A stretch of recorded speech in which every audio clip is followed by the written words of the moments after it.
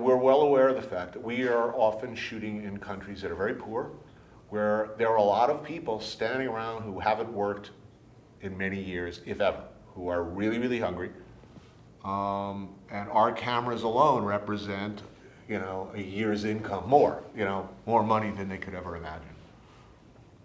I'm there talking about local cuisine, okay, and that means I'm shoveling food into my face in front of people that a lot of those people can't afford. How do you deal with that? What do you do? The person feeding you, obviously you remunerate them for their efforts, for their food, for their labor, for whatever. We take care of them. But what about the people who are standing there who are hungry? And I think the human,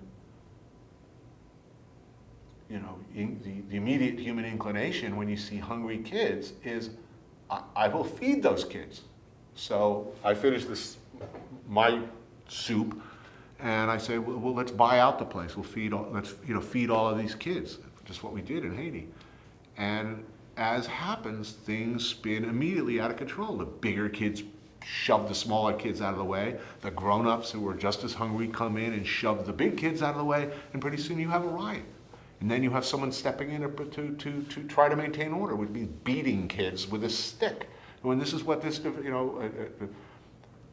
a simple, maybe foolhardy, naive desire to take care of an immediate problem, hungry kids, led to unintended and very ugly consequences, people beating other people, a whole breakdown of,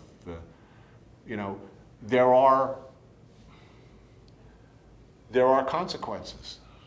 We try very hard to slip through places to do no harm, to leave us as light or non-existent a footprint as we can.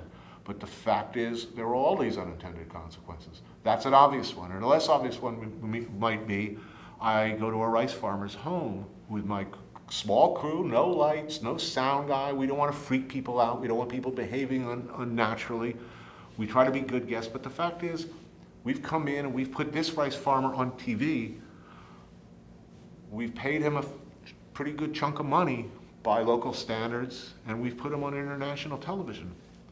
How do his neighbors feel about that? That might cause some friction. We've seen that also. We go to a small, struggling business that's really cool in a remote part of the world. It's the greatest bar ever. Just locals go. We put it on television. Suddenly all these tourists are showing up. It's not the same anymore. So look, we think about those things. We try to do right. You learn over time. But there is something destructive about the camera. We think a lot about these things. Our shooters think a lot about how they hold their cameras, like in different situations. Up here, there's a barrier. You're saying I'm in charge. Down here, it's a much more passive thing. They can see your face. You can get closer. Size of cameras. That's why we don't use a sound guy, a boom mic in someone's face, people freak. Also, we try to keep the number of people going into tight spaces very low. But there's a lot of ambivalence about what a place was like before and what it might be like after we've been there. And look, I